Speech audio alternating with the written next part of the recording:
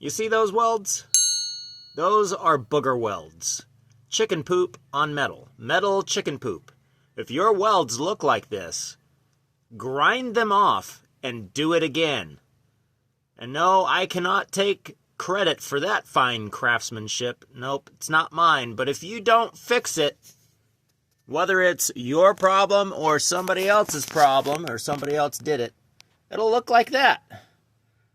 Which is not a good thing. That's the motor mount. It's supposed to be attached. Well, I knew that I needed to fix this problem, but I didn't realize that it was going to be this soon. So right now I'm going to go ahead and show you what I'm doing. So I've jacked up the motor so the mount is kind of in position. And I've taken off the wiring harness off of this fender. And I've just laid it back here. You can completely disconnect it, which I think is cool. And I'm going to now remove this fender. I've never done that before, but I know I can do it. There's a lot of things that I need to do in this engine base, and I need to replace the transmission, so this might turn into a big project. Looks like we've got 4 bolts here. A bolt right there, and 4 bolts right here. And I believe they are 1/2-inch size socket that we need. All right, let's do this. 1, 2. Oh. Worked.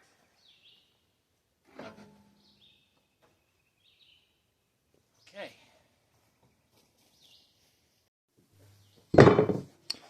Well, here it is, the part that is supposed to be welded to the frame. Now, if you're brand new to welding, look at this as an example on what not to do. So this is, you see how the welds are sticking up right here? They're all supposed to be holes like this for you to spot weld or to button weld. And that's where you come in, if you're using a MIG gun, come in at the bottom edge and work around, and it's supposed to look like a button when you're done, not like a bird pooped on it. Okay, over here you can see same thing where it just looks nasty. For these spot welds, they're like 1/8 of an inch away from the frame, so they're not even touching, except for this one up here where there might have been, like, it was touching the frame, but it's not. I don't think there was any penetration.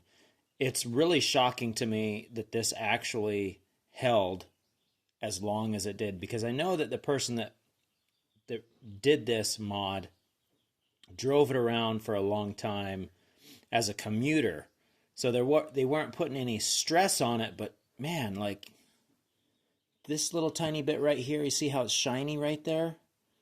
That's like the best spot where there was penetration. Everything else is like there's a little bit of penetration there, maybe this one, and maybe right there a little spot. All of this, no penetration. All of this, no penetration into the frame. So now I've got to clean all this up. I'm going to grind it off,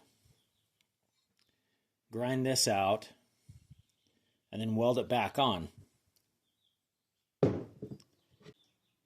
What a mess. Oh. If you're trying to learn how to weld, please pick a mentor. Certainly do not watch this channel, because I'm not going to show you how to weld. I know how to weld, but I'm not going to show you how to weld. You need to find a mentor. You can learn a lot off of YouTube, and you can learn a lot by practicing, but find somebody to teach you.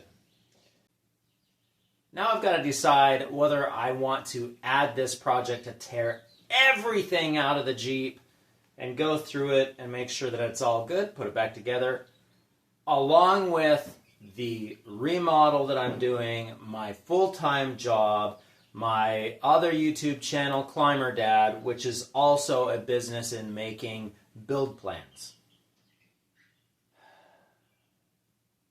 That's a lot. Do I want to rebuild a Jeep?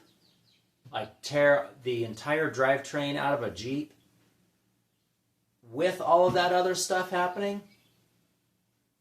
Yeah, why not? This was the last time Dad was seen. After his wife found out about his plans, he strangely vanished. If you have any information regarding Dad's whereabouts, please contact the Lost Jeep Owners Association by following the link down in the description. Thank you.